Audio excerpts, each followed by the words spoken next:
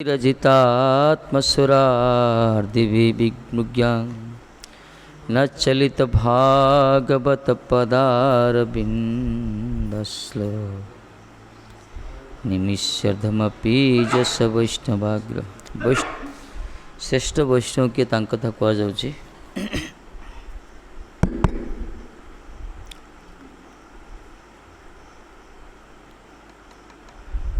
କହିଲା ଯେଉଁମାନେ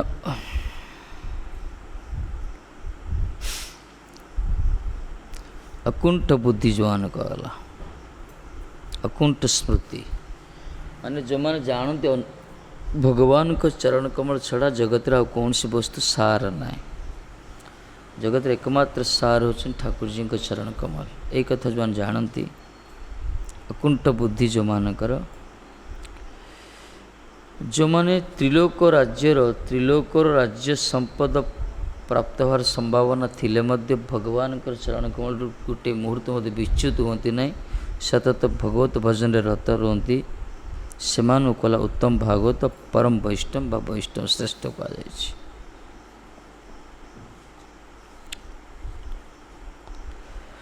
बा अजितेन्द्रिय देवता माने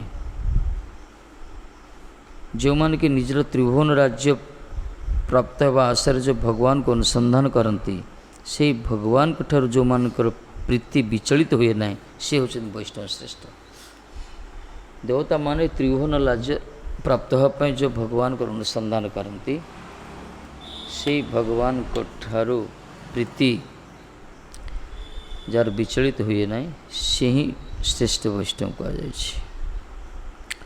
ब्रह्मादि देवगण सर्वदा जे परम पदर अनुशीलन व्यस्त से भगवत पाद पद्मरु स्वल्प समय जो मान चित्त विक्षिप्त हुए ना से वैष्णव श्रेष्ठ ताकू वैष्णव श्रेष्ठ कहला। माने ब्रह्मादि देवगण यं ब्रह्मा वरुणेन्द्र रुद्र मरुतस्तुनंति दिवैस्तवैर्वेदै संगपदक्रम परिस्थिति गायंती जंग सामगा ध्यानावचित कतेन मनसा ये सब ध्यान कर गजब गाने बा ब्रह्मादि देवता इंद्र वरुण सहित सब रही जहाँ को स्तुति कर ब्रह्मादि देवता माने सर्वदा सबुले जो परम पदर अनुशीलन व्यस्त जो भगवान को भजन रे व्यस्त भगवान को चिंतन रे ध्यान रे से भगवत पाद पद्मरु गोटे अल्प समय पाई भी जो मान चित्त विक्षिप्त हुए ना से वैष्णव श्रेष्ठ परम वैष्णव को कला प्रति मुहूर्त जो भगवान का चिंतन रही था स्थिति कौमान हम जो माने निज स्वरूप स्थित अच्छा जो मान प्रति अहेतुक कृपा अच्छी महाभागवत मानकर जमी काली आम आस्वादन करते ध्रुवजी माँ ध्रुवजी कहते तमेव वत्साश्रय भृत्य वत्सलं मुमुक्षु मृग्य पदाब्ज पद्धति अनन्य भाव निज धर्म भाविते मनुष्य अवस्था भी भजस्व पुरुषम कहले हे तुम एव वत्साश्रय भृत्य वत्सलं हे वत्स तुम आश्रय ने से भक्त वत्सल हरि पाखे माँ कहते ध्रुवंकर माँ कहते हे लाला तमें आश्रय हो आश्रित हो भगवान के शरण कमल से माँ कहगला ना प्रकृति माँ से जो निजर जन्मित संतान को भगवान को भजन कर प्रवर्तना दियंती तमेव वत्साश्रय भृत्य वत्सल हे भृत्य वत्सल जे भक्त वात्सल्यता जो भगवान हरि तांकरी चरण तुम आश्रय हो कहीं मुमुक्षु मृग्य पदाब्ज पद्धति मुमुक्षु माने मृग्य मान अनुसंधान करती जहाँ कर चरण कमल को पाई प्राप्त ही पारती नहीं जहाँ को जो कहला ब्रह्मादि देवता मान जहाँ अनुशीलन कर तेणु हे वत्स कौन करियो अनन्य भाव निज धर्म भाविते अनन्य भाव आउ कारि पाखे शरणागत न हो एकमात्र ऐकांतिक अनन्य भाव से ठाकुर जी को चरण आश्रित हो अनन्य निज धर्म भावित निजर स्वरूप धर्म को भावना कर निजे भगवान को दास किंकर सेवक भक्त भृत्य यही प्रकार चिंतन करी मनुष्य अवस्था भी मन को संपूर्ण जगत निवृत्त कर ठाकुर जी को चरण अभिनिवेश करी मनुष्य अवस्था भी भजस्व पुरुषम से पुरुष को भजन कर सिद्धांत देते मन को जगत संसार निवृत्त कर एकमात्र अनन्य भाव शरणागत ठाकुर जी चरण में तांकर ही भजन कर। कहीं ना कृष्ण भजन ही वास्तव भक्तर स्वभाव। कृष्णर सेवा करला भक्तर स्वभाव। कृष्णर सेवा करला भक्तर स्वभाव। आ भक्तर भगवान को स्वभाव होची जेते सब अनुराग भक्त प्रति तांकर थाए। एथिपाई कहुछि कृष्ण भजले से बाप सब सत्य है। कृष्ण ना भजले रूप विद्या किछु नए। कृष्ण को यदि भजन करिया सब सत्य। चैतन्य भागवत आम पढ़ुले आज कृष्ण से भजले बाबा सब सत्य हुए। कृष्ण ना भजले रूप विद्या किछु नहीं। कृष्ण न भजले रूप विद्या किछु नहीं। रूप विद्या यौवन ये जते सब रही बुद्धि सामर्थ्य चतुरता वैभव कुलीनता किसी बेकार सब जब कृष्ण भजन न करिया। एथिपाई कहछि कृष्ण से जगत पिता कृष्ण से जीवन दृढ़ करी भज बाप कृष्ण चरण पढ़ुले ना जी। तेणु कृष्ण हूँ जगत पिता से कृष्ण हूँ आमर जीवन। हे बाप किए कहते शिवासादी जो चैतन्य महाप्रभु फेरिले कौटू गयार फेरी गयारू फेरला जो गुरुपाद पद्म दर्शन है हरिपाद पीठ दर्शन है जो भक्तिर विकार आरंभ होती। निमाई पंडित जो वैष्णव हो गले श्रीवासादी पंडित मान सम्मान करते सब अध्यक्ष श्रीवासादी बड़ बड़ वैष्णव मान को सकाळु सकाळु गंगा स्नान करिया संजे प्रणाम करछन्ती। सेमाने आशीर्वाद करछन्ती। सेमाने उपदेश दउछन्ती। कहते हे बाप सब सत्य होची जगत रे कहते कृष्ण कृष्ण ही जगत पिता कृष्ण ही हमर जीवन। तेणु दृढ़ करी भज कृष्णर चरण। महाप्रभु कहले बढ़िया उपदेश। ए प्रकार आशीर्वाद दरकार। वैष्णव आशीर्वाद न भजन हो पारे असंभव। निज बुद्धि किसी हेनी। ये माँ भी कहते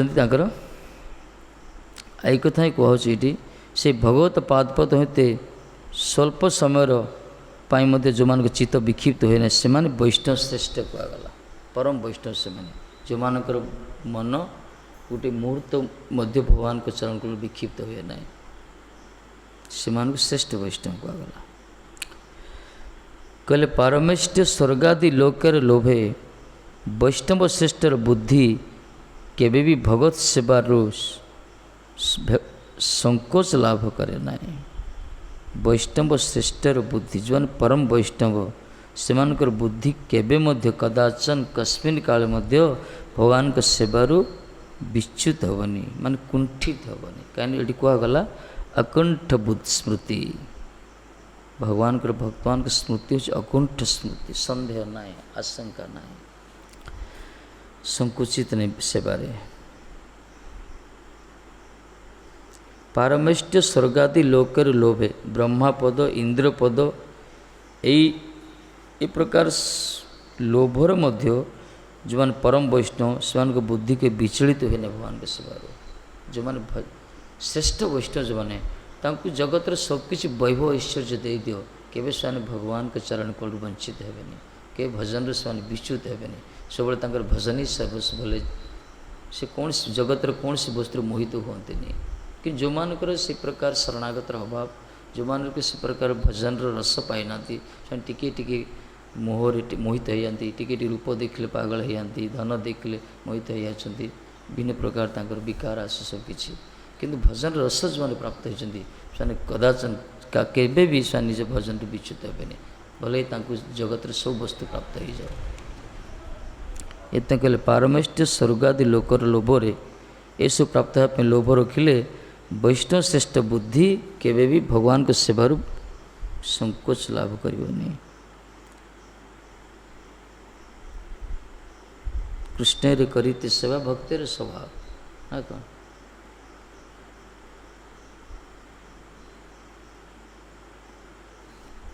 भक्तर स्वभाव हूँ कृष्ण सेवा करिया। देवगण स्वरूप सर्वदा भगवत सेवा करि थांती। देवता माने सबुबले स्वरूप भगवान को सेवा करि थांती। जेहेतु शुद्ध सात्विक स्थिति रे अधिकारिक कार्य नियोग देखिया देवगण भगवत स्मृति स्वरूप धर्म मने कथा उचित नुहे।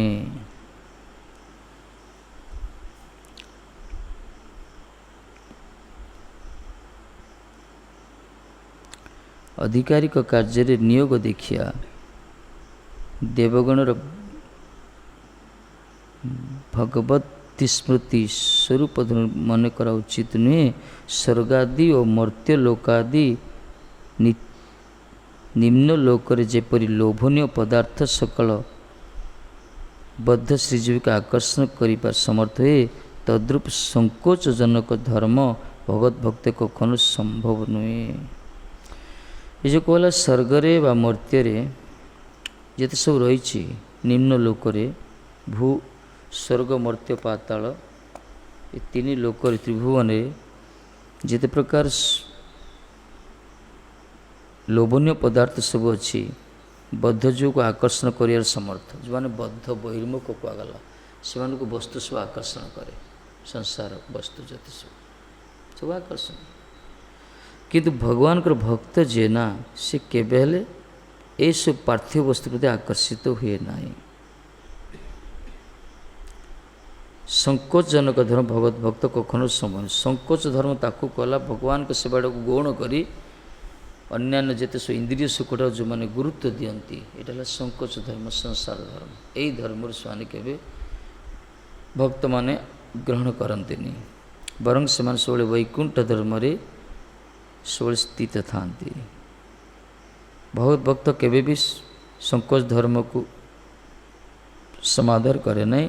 भगवत भक्तर कखनो पतन बा हरिसेवा वैमुख्यर संभावना भगवान को भक्त जी केवल तार भगवत सेवा प्रति विमुख हुए ना सी केबी हुए ना सी कहीं तार पतन एपाई ना जावत निमिल्यवा नेत्रे न स्कलेत न पते दिह।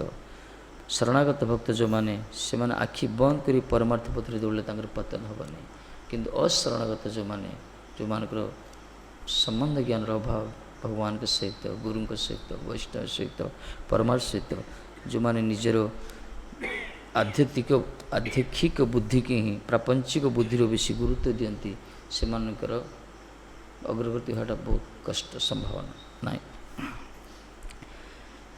भगवत विमुख को मान होती जो माने बद्ध जीव मान होती।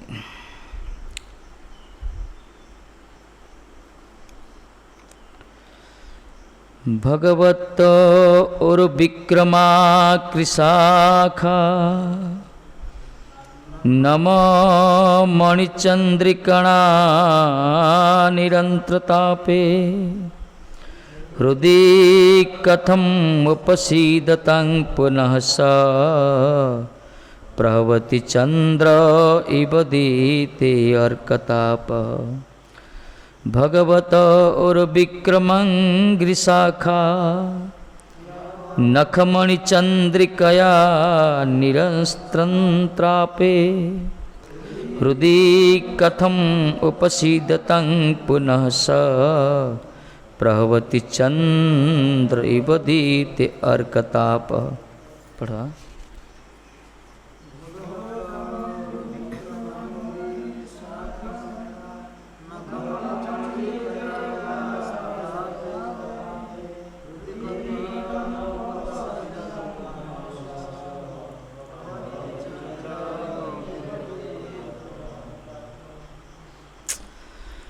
भगवत और विक्रम अंघ्रि शाखा नखमणि चंद्रिकया निरस्ततापे सब ताप नष्ट कर दो केमती भगवत मान श्रीकृष्ण से श्रीकृष्णकर और विक्रम अंघ्रि शाखा नखमणि चंद्रिकया निरस्ततापे और विक्रमौ च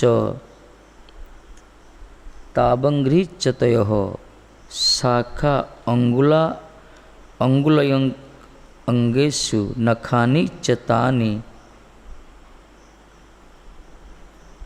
मणयश्च तेषां चंद्रिका शीतला दीप्तिस्तया निरस्तः कामादिताप यस्मिन् तस्मिन्।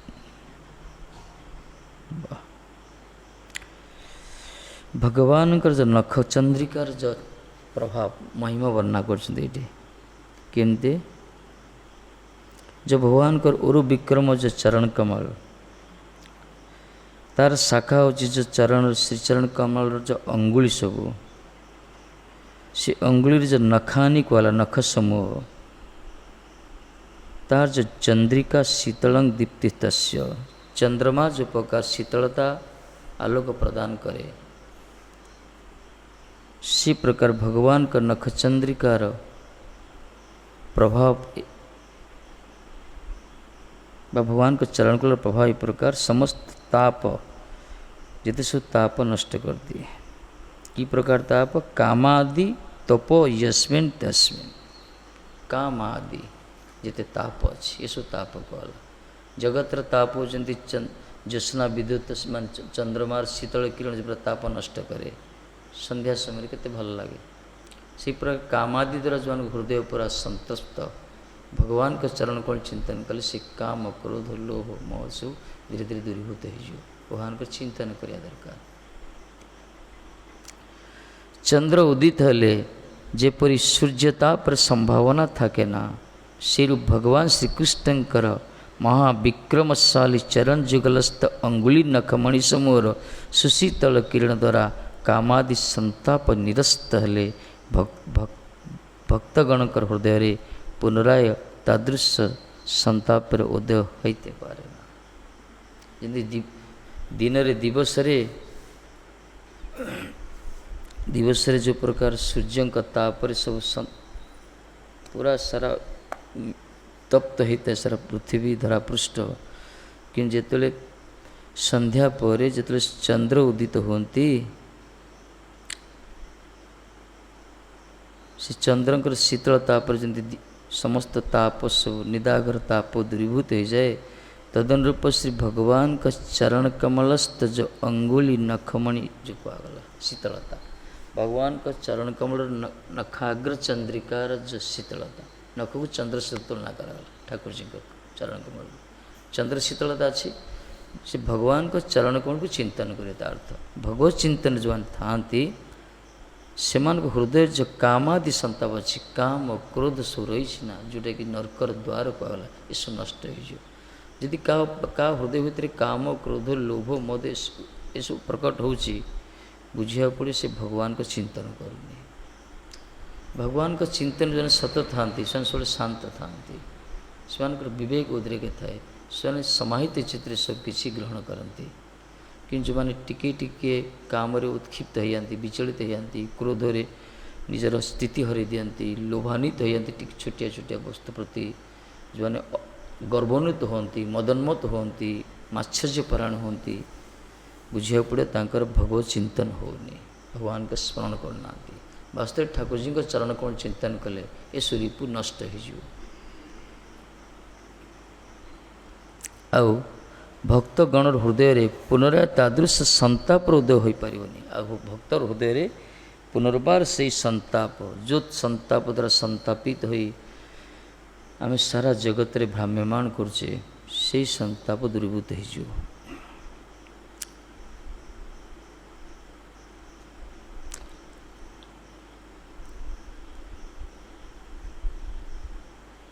एथिपाई गीतार तो कहगला ना तस्मात् त्रयं त्यजत कह काम क्रोध लोभ ये तीन टा हूँ नरकर द्वार त्रिविध नरके स्वेदं द्वार नाशपन कह काम क्रोध तथा लोभ तस्मात् एत त्रयं त्यजत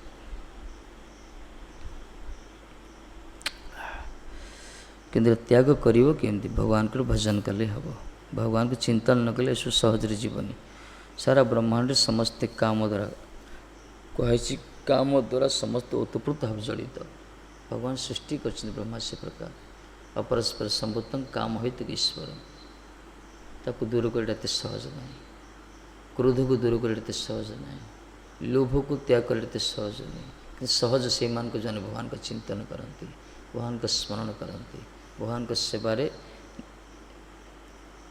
जो मान शरणागत भगवत सेवारे नियुक्त था से मान को दूरीभूत हो जाए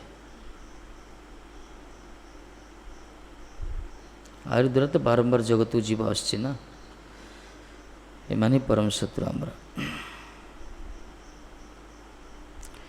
विषय अभिसंधि द्वारा भक्त चिते काम संताप हेले विचलित हुए जड़े विचलित केतले हम भक्त होती से विचलित हो चित्त जदि चित्त को काम जदि कलुषित करदेला आक्रांत करदेला ये कामना ना इंद्रिय को भोग कर जो अतृप्त वासना यही वासना द्वारा जो चित्त माने चित्त आक्रांत होची बुझी पड़ा विचलित से स्थिर हेनी के से बुझीपारे से केत कौन करुच्ची अस्थिर चित्त जगत देख समस्त अस्थिर चित्त शांत कहीं ना टिके टिके माने उत्क्षिप्त हो जाती निज जीवन को धूलिसात कर दिखती केते आत्महत्या कर दिखती केते झगड़ा झाटी केते पुलिस चक्कर जाऊ कोर्ट कचरे जाऊँ कथार किसी मूल्य न था ये विचलित चित्तर विक्रिया सब कहुई कौन पाई विषय प्रति अभिसंधि द्वारा विषय को जो माने विषय उद्देश्य रे विषय को प्राप्त होगापाई इंद्रिय सुख को चरितार्थ करने जो भक्तान सब चिंतन करती से चित्त काम द्वारा संतृप्त हो जाए से विचलित हो जाती निष्काम कृष्ण भक्त अतएव शांत कहला भक्ति मुक्ति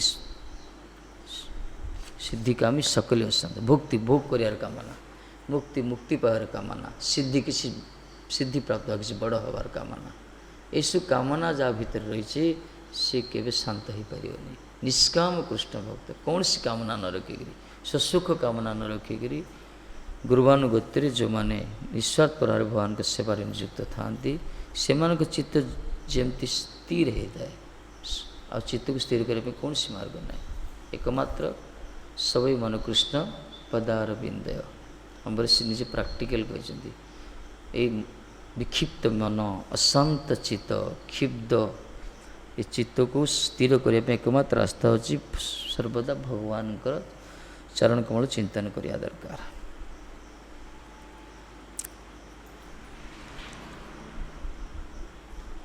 से काम संताप महाभागवत गण संभव है ना बद्ध जो माने काम द्वारा संतापित होती संतृप्त होती उत्क्षिप्त होती काम द्वारा से निज स्थिति हजई दे बुद्धिभ्रष्ट हो जाए स्मृति नष्ट हो जाए ये काम बड़ मारात्मक भाई ये क्या छाड़ी जोगींद्र मुनींद्र मान अटाक कर बची जाती जो मैंने शरणागत होती ठाकुर जी पाखे गुरु वैष्णव पाखे से बची जाती ये महाभागवत मानक संभव ना काम द्वारा से संतापित हमें केमती संतापित महाभागवत मान परम वैष्णव मान आम गुरु महाराज आम देखीचे साधारण कथा महाभागवत कि देख से केते माताजी केते तरुणी केते सब आस स्पर्श कर चरण स्पर्श कर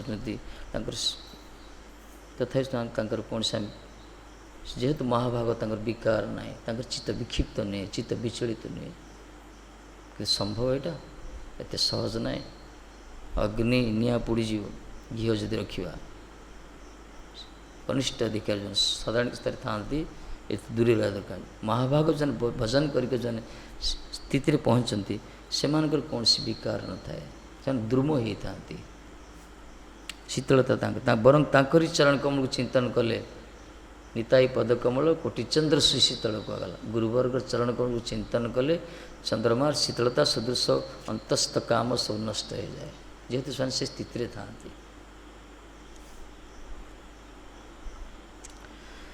ना तमाम दुनिया ही काम द्वारा संतापित ये जो संसार कर्म जब कर्म कर इंद्रिय को सुख करने तो सारा जगत चेष्टा कर पशु पक्षी कीट पतंग आरंभ कर सब किचरी मिचरी हो सका राति पाइला पर देखिए सब जे जहाँ कर्म दौड़ ये समस्त संसार दौड़ा दौड़ी छोटा छोटी उद्देश्य हो खाली इंद्रिय सुख आ कि जदि ग्रोसरी विचार करिया एकमात्र इंद्रिय तोषण ये बद्ध कहले मान गोटे मनीष जहाँ भी कर कुकट भी ताहा कर विस्तार कीट भी ताहा कर पिंपुड़ी भी ताहा कर इंद्रिय तोषण आ कि किंतु यही सब इंद्रिय तोषण निरसन हम यदि भगवान के इंद्रिय को आम संतुष्ट कर कृष्ण इंद्रिय प्रीतिवांछा धरे प्रेम नाम निज इंद्रिय प्रीतिवांछा तारे बोली काम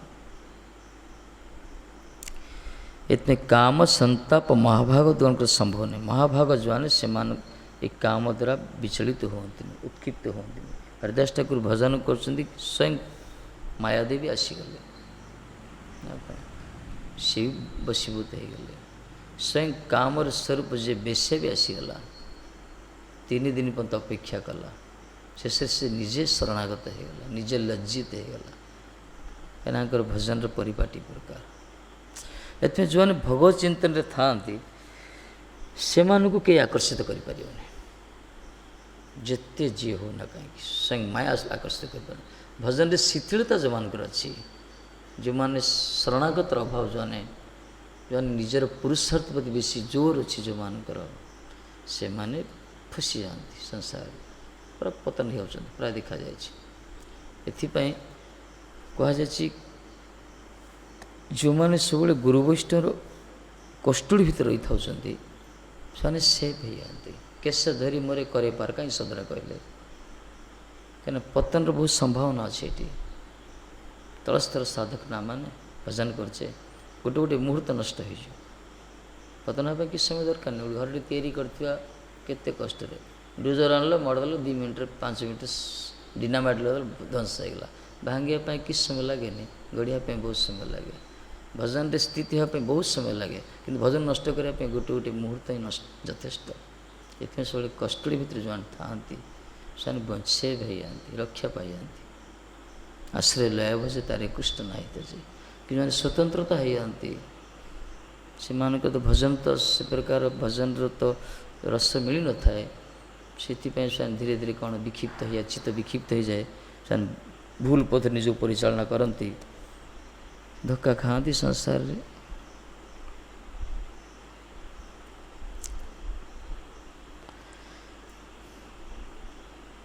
ଉତ୍ତମ ବିକ୍ରମ ଯାହାର ଏଇ ରୂପ ଚରଣ ଯୁଗଳର ଶାଖା ଅର୍ଥାତ୍ ଅଙ୍ଗୁଳି ସମୂହ। ଚରଣ ଯୁଗଳର ଶାଖା କିଏ? ଅଙ୍ଗୁଳି ମାନେ ଶାଖା। ଉତ୍ତମ ବିକ୍ରମ ମାନେ ଅମିତ ପରାକ୍ରମ ଯାହା କୁହାଗଲା, ସେ ଭଗବାନ ଶ୍ରୀକୃଷ୍ଣଙ୍କର ବା ହରିଙ୍କର ଚରଣ ଯୁଗଳର ଶାଖା ମାନେ ଅଙ୍ଗୁଳି ସମୂହ। ସେଥିରେ ନଖ ସମୂହ ମଣି ସ୍ୱରୂପ, ସେମାନଙ୍କର ଯେ ଶୀତଳ ଚନ୍ଦ୍ରିକା ଅର୍ଥାତ୍ ଦୀପ୍ତି, ଭଗବାନଙ୍କର ଚରଣ କମଳର ଯେଉଁ ମଣି ସଦୃଶ ଜାଜଲମାନ ସେ ନଖର ଯେ ଶୀତଳ ଚନ୍ଦ୍ରିକା ମାନେ ଦୀପ୍ତି କୁହାଗଲା, ତାହାଦ୍ୱାରା କାମାଦି ତାପ ସେখানে ଉତ୍ପନ୍ନ ହୋଇଅଛି। এই ରୂପ ଭକ୍ତଗଣର ହୃଦୟ କି ରୂପେ ପୁନରାୟ କାମସନ୍ତା ପ୍ରଭାବ ବିସ୍ତାର କରିବେ।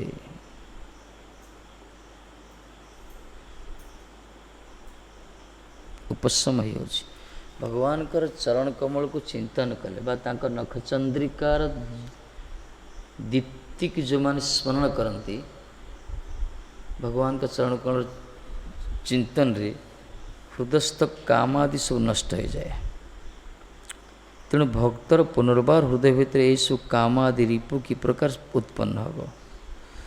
ସବୁଠୁ ସୁନ୍ଦର ଠାକୁରଜୀ ହେ, ଠାକୁରଜୀଙ୍କ ଚରଣ କମଳ। ଆମେ ତ ବଦ୍ଧ ଜୀବ, ତ ବୁଦ୍ଧି ଆମର ସଂକୀର୍ଣ୍ଣ ବୁଦ୍ଧି, ଜାଗତିକ ପ୍ରାପଞ୍ଚିକ ବୁଦ୍ଧିରେ ଆମେ ରହିଛେ।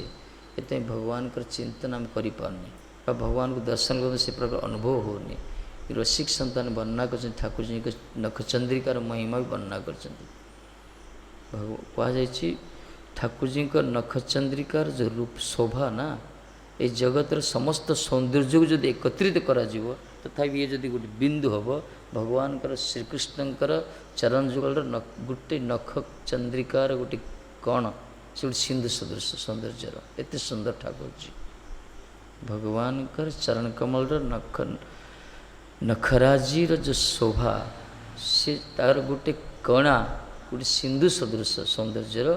ସେଥିରୁ ଏ ଜଗତର ସମସ୍ତ ସୌନ୍ଦର୍ଯ୍ୟ ଯଦି କୁହାଯିବ, ଇଏ ଗୋଟେ ବିନ୍ଦୁ ସଦୃଶ ହେବ। ଏତେ ସୁନ୍ଦର ସେ। ଯେଉଁମାନେ ସେଇ ସୌନ୍ଦର୍ଯ୍ୟକୁ ଉପଭୋଗ କରୁଛନ୍ତି, ସେ ସୌନ୍ଦର୍ଯ୍ୟ ଯେଉଁମାନେ ଆସ୍ୱାଦନ କରୁଛନ୍ତି ଚିନ୍ତନ କରିକିରି, ସେମାନେ କାହିଁକି ଜଗତରେ ଏ ହାଡ଼ ମାଂସ ରକ୍ତ ଶରୀର ଏଇ ନଷ୍ଟଶୀଳ ଜଗତର ରୂପ ପ୍ରତି, ଏଇ ଦୀପ୍ତି ପ୍ରତି ଆକର୍ଷିତ ହେବେ। ଏଥିପାଇଁ ମହାଭାଗବତ ମାନଙ୍କ ପାଖରେ ଏସବୁ କିଛି ପ୍ରଭାବ ବିସ୍ତାର କରିପାରେ ନାହିଁ। ଭକ୍ତ ଯିଏ ଭକ୍ତମାନଙ୍କ ହୃଦୟରେ କିପରି ପୁନର୍ବାର କାମ ସନ୍ତାପ ପ୍ରଭାବ ବିସ୍ତାର କରିବେ, ତା ଅର୍ଥ ଯେ କାମ ଦ୍ୱାରା ସନ୍ତାପ ଯେଉଁ କୁହାଗଲା, କଷ୍ଟ, ଇଏ ଗୋଟେ କ୍ଲେଶ କୁହାଯାଇଛି, ଏ ବିସ୍ତାର କରିପାରିବନି। ଯେମନ ଚନ୍ଦ୍ର ଉଦିତ ହେଲେ ସୂର୍ଯ୍ୟର ତାପ ପ୍ରଭାବ ବିସ୍ତାର କରେ ନା, ବର୍ଣ୍ଣନା କରାଗଲା। ଚନ୍ଦ୍ର ଉଦୟ ହେଲେ ସୂର୍ଯ୍ୟଙ୍କର ତାପ ବିସ୍ତାର କରିପାରେନି, ବରଂ ଶୀତଳତା ଲାଭ ହୁଏ, ମନ ପ୍ରସନ୍ନତା ହୁଏ, ପ୍ରଫୁଲ୍ଲତା ହୁଏ। ଦିନ ସାରା ପୁରା ନିଦା, ଖରାଦିନେ କ'ଣ ଦିନ ସାରା ସବୁ ଘର ଭିତରେ ଥାଆନ୍ତି।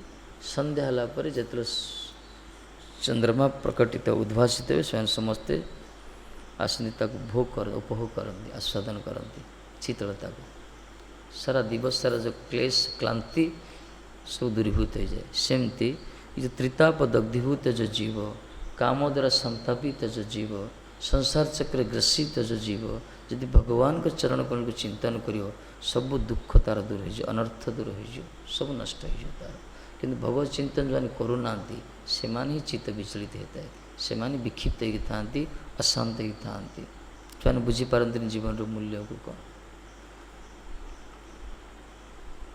भगवान का आमर गुरुवर्ग कौन ये शिक्षा दौरान ना सब भगवान का चिंतन कर भगवान का स्मरण कर भगवत स्मरण ही था भगवान को सेवार नियुक्त था देखियो धीरे धीरे धीरे हृदय शांत हो मन स्थिर हो जगत लोग देखो ना सब उद्विग्न पूरा सब टेंशन ना जिते धनाढ़ व्यक्ति था जिते समर्थन पुरुष था सब उद्विग्न चित्त कहीं असत पथरे था स्वामी असत क्रिया करता स्वामी असत वस्तु सहित संबंधीभूत हेले जदि प्रत्येकटा क्रिया यदि सत वस्तु जदि संगठित होनी ताहले बुझे पड़े से विपद अच्छी संपद ताकू कहला हरिस्मरण ही संपद हरि विस्मरण ही विपद कहुई जगत रे कर्म करती कर्म कुशली ही पारंतनी कर्म कुशली ताकू कहुए भगवान के चिंतन करी बा कर्मर फल को भगवान को अर्पण करी बा भगवान को पाई जो मैंने करती से वास्तव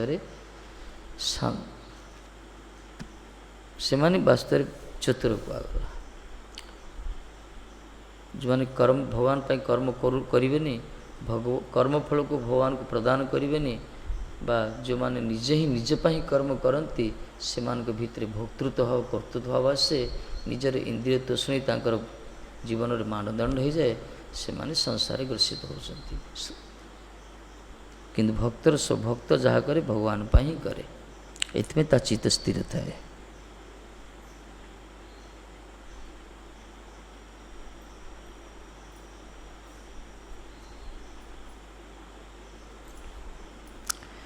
चंद्रर उदय ज्योत्स्नार विस्तृति हेले भास्कर प्रचंड तापर क्लेश जेपरी अपसारित हुए तद्रुप भगवान कर पादपद्म नख शोभा ज्योत्स्ना द्वारा महाभागवत गण कर सकल ताप नष्ट हो जाए।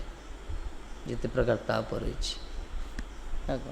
आध्यात्मिक आधिदेविक आधिभौतिक त्रिताप जिते सब ये सब काम क्रोध जिते सब ताप संताप सब नष्ट हो महाभारत मानकर कहीं भगवान चरण कमल नखराजीर शोभा को स्वयं सब अवलोकन करता दर्शन करता से मन स्थिर थाए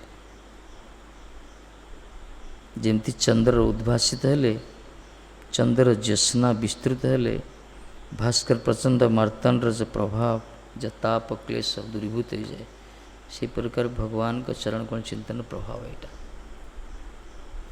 ठाकुर जी के स्वरूप को चिंतन करिया दरकार चरण कमल धरिक मुखारविंद पर्यंत चिंतन कले कहीं चरण रे कौन थाए शंख चक्र गदा पद्म त्रिशूल ध्वजा जिते सब चिन्ह सब थाए आम पढ़ीचे भागवत ये सब भगवान के चरण कमल को चिंतन करिया से शंख शुभवाचक परम मंगल लाभ हम चक्र सब किसी छेदन करदे जिते सब पहाड़ भाया जो सब बाधा सुर हो भजन सब नष्ट करदे दिन भर वर्णना कराए सब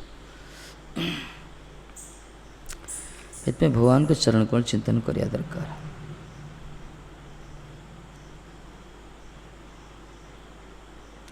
जो ठाकुर जी एत श्रृंगार होती केते सुंदर दिखा जाऊँ निमेष नयन टी अवलोकन करिया दरकार किस समय चिंतन कर रूप को मन भितर हृदय भितर स्थापन कर ये सब चिंतन जदि कर निज कर्म करिया भितर सेवा करिया भितर देखियो धीरे धीरे मन स्थिर हो जदि भगवत स्मृति होनी ताहले बुझिया पड़ो आमर भजन निम्न पाहचरा मान अच्छे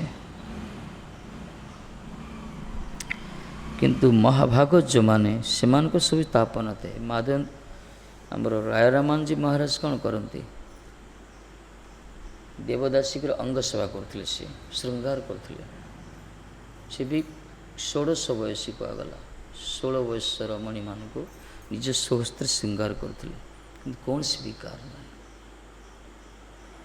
महाप्रभु तो कहले अरे दामोदर जाओ गदाधर तुम हरि कथा शुण ये कृष्ण कथा शुणा चाहिए कहले मु कृष्ण कथा जाननी तुम जो कृष्ण कथा शुण तो राय रामंत बाबू जाओ महाप्रभु भंगी करी आम शिक्षा दी अरे ता भर मो भर यही दफा मु तो गोटे पुतली की देखले मोर विकार आसी जाए जदि गोटे नारीर पुतली कंढई कुआगला नारीर मूर्ति की देखले मो मन विकृत हो जाए किंतु से तो स्वरूप स्वहस्त्र सेवा कर अर्थ है भंगी कर महाप्रभु विकारग्रस्त नुहति शिक्षा देते ये महाभागवत लक्षण कौन सी विकार नहीं कहीं से चिंतन रे था सब भगवत चिंतन रे था बहुत उच्च स्थित कथा हे से किंतु मार्ग हूँ गोटे ये प्रकार भगवत चिंतन रे भगवान को स्वरूप चिंतन जो था सब भजन करती धीरे धीरे से त्रितापुर मुक्त हो जाती कामादि रिपुर प्रकोपर से प्रभाव मुक्त हो जाती मन स्थिर हो जाए मन शांत हो जाए कि जो मैंने भगवत चिंतन करूना मन सब अशांत से विभिन्न प्रकार भ्रांत पथर निज परिचालित कर पतन हे नष्ट करें कौन करें नष्ट हो बहुत भजन आस्वादन पाई पारना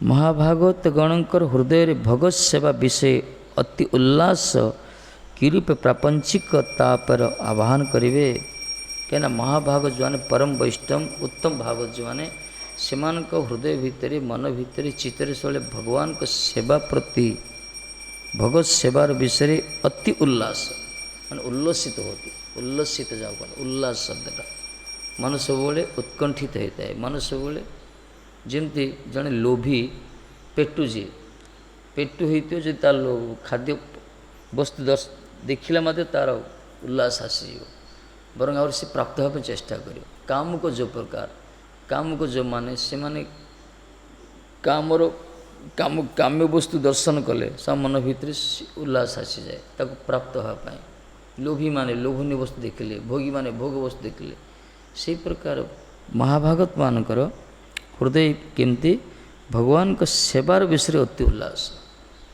भगवान को सेवा विषय से सब स्मरण रे था सब ठाकुर जी जुगल सरकार कुंज निकुंज लीला यू चिंतन करती और से स्मरण रे मन ये प्रकार उल्लसित हो जाए से फालतू विषय सब कामादि जागतिक तुच्छ विषय कहीं स्थान पाइब से हृदय भितर मन भितर स्थान पाई था तुच्छ विषय जो मैंने से रस को प्राप्त होना जो मैंने हरिभजन रस जाऊ कुआगला से रसर टिके काणीच जो मिलनी से हृदय ही मन कलुषित होता है ये सब कामादि तुच्छ पाई जाए शास्त्र रे निंदा करे ये सब पशु मान प्रवृत्ति कहुई अवश्य संसार धर्म स्वीकृति दि जाए कि अनासक्त कहुई हरिभजन गुरुत्व दिखाई कि भजन को जो गुरुत्व दौना निजर इंद्रिय तर्पणटा जो गुरुत्व दौरान बुझा पर चित्त सब कलुषित कहुई परम भागवत स्थिति ये प्रकार नहीं से सब भगवान के चिंतन में था भगवान के सेवाटा को सब गुरुत्व दे था ठाकुर जी सेवा को वर्धमान बहुमान करता से सेवाई से जत्पर सब चेष्टा करती प्रति मुहूर्ते चिंतन करती ये मन भितर सब अन्य वस्तु प्रवेश करें जमी सूर्यमंडल अंधकार प्रवेश करें से प्रकार भगवत कृष्ण सूर्य सम माया है अंधकार जहाँ कृष्ण ता नहीं मायार अधिकार कृष्ण हूँ सूर्य सम माया हूँ अंधकार सूर्यलोक जो प्रकार अंधकार प्रवेश करें जार हृदय भितर मन भितर स्वयं ठाकुर जी स्फूर्ति होती से परम वैष्णव मान हृदय भितर अंधकार सदृश कामादि रिपु कहीं प्रवेश कर प्रवेश कर असंभव कहगला गले मध्य परिवर्तित नहीं जमी लक्ष्य बेश्या आसाला महा क्या पाख हरिदास ठाकुर जी पाख परिवर्तन हो गला ना सी परिवर्तन सत्य अनुसार चरित्र आम शुणीचे परा ना सत्य अनुसार किए थे कद्र कद्र मुन्ना कौन स्वामी जी कहला बड़ा आश्चर्य चरित्र सी गोटे एत बड़ परम तपस्वी सी परम तपस्वी जाने ଜଣେ ଉଚ୍ଚକୋଟୀର ମହାତ୍ମା। କିନ୍ତୁ ଠାକୁରଜୀଙ୍କ ଲୀଳା କେମିତି ଦେଖନ୍ତୁ। ଆଉ ତାଙ୍କ ସ୍ତ୍ରୀ ବି ସତୀ ଅନୁସୟା। ସେ ପ୍ରକାର ସ୍ତ୍ରୀ କେହି ନାହାନ୍ତି ଯିଏକି ବିଷ୍ଣୁ ବ୍ରହ୍ମା ଶଙ୍କରଜୀଙ୍କୁ ଯିଏ ବାଳକ ରୂପ କରିଦେଇଥିଲେ, କଳାବୃତ କରି ଯିଏକି ଅସ୍ତନ୍ୟପାନ କରିଥିଲେ, ଏତେ ବଡ଼ ସତୀ। ନ ପାଉ ରାତି ନ ମର ପତି ଯେ କୁହାଯାଇଛି। କିନ୍ତୁ ତାଙ୍କ ସ୍ୱାମୀଙ୍କର ଇଚ୍ଛାକୁ ଚରିତାର୍ଥ କରିବା ପାଇଁ ଏ ନିଜେ ଯାଇଛନ୍ତି। ସେ ଏରିଆରେ ଜଣେ ବେଶ୍ୟା ଥିଲା ଲକ୍ଷ୍ୟୀରା, ତାହା ପ୍ରାର୍ଥନା କରିଛନ୍ତି, କହିଲେ ମୋତେ ତୁମର ଦାସୀ କରି ରଖ, ମୁଁ ତୁମର ଘରେ ଝାଡ଼ୁ ମାରିବି, ତୁମର କପଡ଼ା ସଫା କରିବି। ବାସ୍ ସେ ଦେଖିଲେ ଏତେ ବଡ଼ ଗୋଟେ ତପସ୍ୱୀର ସ୍ତ୍ରୀ, ଦେଖିବା ପାଇଁ ପରମ ବୈଷ୍ଣବ ସାଧ୍ୱୀ, ସେ ମୋ ଭଳିଆ ଗୋଟେ କୁଲଟା ବିଟପି ବେଶ୍ୟାର ଅଗଣାରେ ଆସି କ୍ରନ୍ଦନ କରୁଛନ୍ତି। ତା ହୃଦୟ ବି ବିଚଳିତ ହେଇଗଲା। ସେ ହାତ ଯୋଡ଼ି ପ୍ରାର୍ଥନା, କ'ଣ ଚାହୁଁଛ? ନା କିଛି ନାହିଁ, କେବଳ ମୋ ସ୍ୱାମୀ ତୁମରି ସାନ୍ନିଧ୍ୟ ଲାଭ କରିବା ପାଇଁ ଚାହୁଁଛନ୍ତି, ବା କିଛି ମୁହୂର୍ତ୍ତ ତାଙ୍କରି ସଙ୍ଗ ଲାଭ କର, ତାଙ୍କର ଇଚ୍ଛାକୁ ତୁମେ ଚରିତାର୍ଥ କର, ତାଙ୍କ ସହିତ ଟିକେ ଆଳାପ କର, ବିହାର କର। ଆଶ୍ଚର୍ଯ୍ୟ ହେଇଗଲା ଲକ୍ଷ୍ୟ। ଠିକ୍ ଅଛି, ରାଜି ହେଇଗଲା ସେ। ଠିକ୍ ଅଛି, ସେବା କରିବା ଦରକାର। ସେ ସେବା କରିନେବେ କି ସମୟ ନିର୍ଘଣ୍ଟ କରାଗଲା। ଇଏ ଆସି ସ୍ୱାମୀକି କହିଲେ ସ୍ୱାମୀ ଦେଖ କି ପ୍ରକାର ସତୀ ନାରୀ ସେ ଦେଖ। ସ୍ୱାମୀ କହିଲେ ଦେଖ, କାହିଁକିନା ଇଏ ସବୁବେଳେ କ'ଣ କରନ୍ତି, ବାରଣ୍ଡାରେ ବସି ଭଜନ କରନ୍ତି ବା ତାଙ୍କ ଚିନ୍ତନ କରନ୍ତି। ସେ ଲକ୍ଷ୍ୟରା ସେପଟେ ଯାଏ, ସବୁବେଳେ ତାରି ଚିନ୍ତନ କରନ୍ତି, ସବୁବେଳେ ଲକ୍ଷ୍ୟରା ଚିନ୍ତନ କରନ୍ତି। ତାକୁ ନ ପାଇଲେ ମୁଁ ମରିଯିବି, ମୋ ଜୀବନ ଦୁର୍ବିଷ ହୋଇଯିବ, ଏହି ପ୍ରକାର ନିଜେ ସ୍ୱୀକୃତି କରିଛନ୍ତି ସ୍ତ୍ରୀଙ୍କ ସମ୍ମୁଖରେ।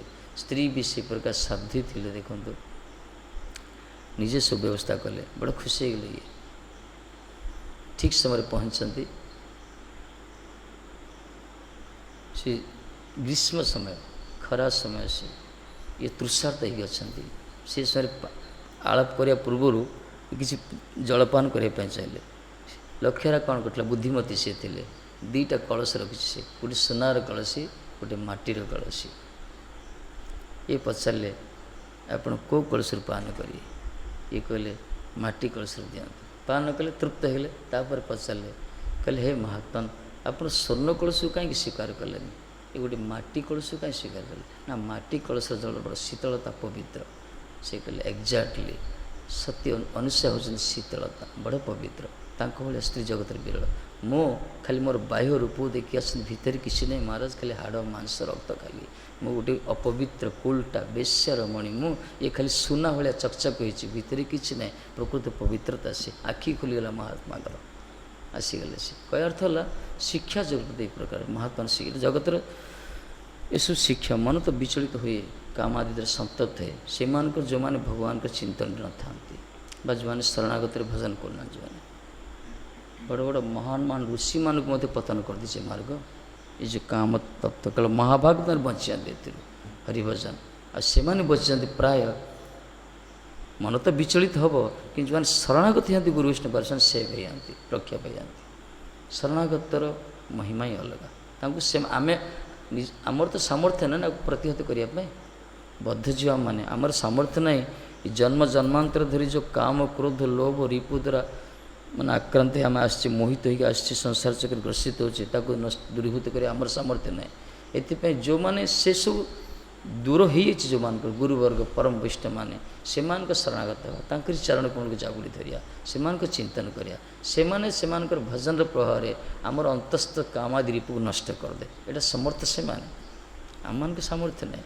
ଆମମାନେ ତ କ'ଣ କରୁଛେ, ନିଜର ଭୌତିକ ପ୍ରାପଞ୍ଚିକ ବୁଦ୍ଧି ଦ୍ୱାରା ନିଜକୁ ଆମେ ବହୁତ ଶ୍ରେଷ୍ଠ ମନେ କରୁଛେ। ଆମ ବିଚାରଟାକୁ ବହୁତ ଗୁରୁତ୍ୱ ଦେଉଛେ ଆମମାନେ, ସେଥିପାଇଁ ପତନ ହେଉଛେ ଆମେ।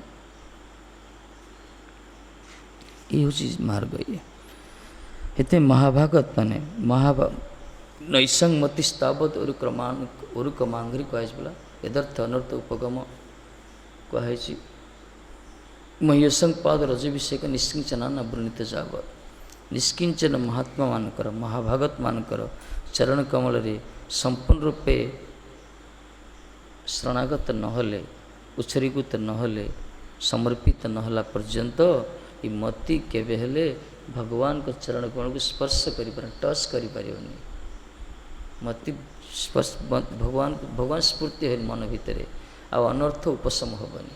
ବିଭିନ୍ନ ପ୍ରକାର ଯେଉଁ ଅନର୍ଥ ରହିଛି ଆମର अनर्थ रही निजक भूली जाइए निजे किए भूली जाइए असद वस्तु प्रति सब तृष्णा रही हृदय भितर दुर्बलता रही अपराध आज सब करे एसब सहज दूरीभूत हेनी जदि महाभागवत मान चरण को आश्रय करिया सब चिंतन करिया तांकरी आनुगत्य आम भजन परिपाटी परिचालित करिया देखिए धीरे धीरे से अहैतिक अनुकंपारे आमर हृदयस्थ देश विकार सब नष्ट हो मार्ग ये कि जो मान अभाव या से माने पतन हो जाती भजन मार्ग पतन हो जाती विच्युत हो जाती रही स्थिति रही पारती नहीं ये कहुरा महतर स्वभाव तारित कहुई महत मान कृपार ही जिते सब हुए कृष्ण भक्ति दूरे था को विषय नहीं खे महतर कृपा बिना कौन साध्य महतर कृपा बिना कौन सी किसी सिद्धि लाभ हेनी बरं महत्पुरुष कृपार जदि नहब कृष्ण भक्त बहुत दूर कथा विषय प्रति भी नष्ट हेनी महतर कृपा बिना कोनो कार्य सिद्धि ना कृष्ण भक्ति दूरे था विषय न्याय खे विषय प्रति जो मन सब आकर्षित होची ये मन को निवृत्त करी परियानी अब भगवान को भजन तो बहुत दूर बहुत उच्च स्थितिर कथा एथिपाई कृष्ण भजन तो श्रेष्ठ कहला कृष्ण भजन किंतु सेमानकर सार्थक होता है जो माने निजको निस्व मन करी शरणागत होगी भजन करनी सेवार नियुक्त होती ये माँ ये जो उत्तम भागवत जो कहगला परम वैष्णव जो माने वैष्णव अग्रगण्य जो मानकर कौन सी विकार नहीं जो माने त्रितापुर मुक्त जो माने त्रिगुण ऊर्ध्व स्थिति अच्छा सब जो मानकर बुद्धि होची अकुंठ स्मृति जो माने वैकुंठ स्वर सब सतत नियुक्त संसार धर्म जो मान निरसन होती जो मान तृष्णा पिपासा कामना किसी नहीं बहुत प्रापंचिक कामना आदि जो माने सर्वांतकरण सर्वत भाव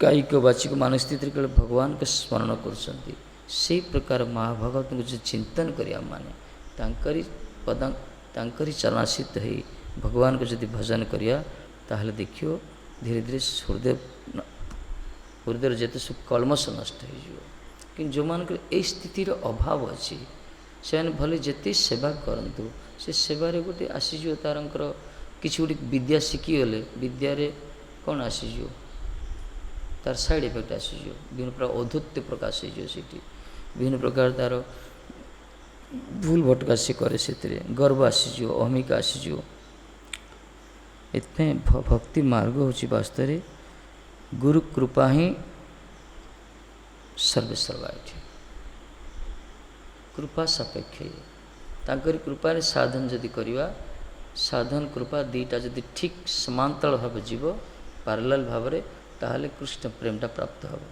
जदि एथे जदि वन साइड होगा कि साधन नथियो कृपा को आधार करते कृपा नथियो साधनटा जोर दौथ ताहले कृष्ण प्रेमटा मिलनी बसीभूत होनी भगवान का बांधि पारे भले आम किसी कर मूल्य अच्छी तार मना ना ये उत्तम भागवतर वर्णना ये कर कृपा निहाती आवश्यक कहीं एमाने आमठू बहुत उच्च स्थित अच्छा जन्म जन्मांतर धरी अतिमर्त्य महाभागवत माने भगवान का प्रतिनिधि स्वरूप जगत को आसर चरणाश्रित हो आम हरिभजन करिया दरकार कल आम भाया कनिष्ठ साधक मानकर कल्याण हो जिते सब काम द्वारा संतप्त हृदय शांत हो स्थिर हो हाँ कल करिया कल सरीज बोध अध्यायटा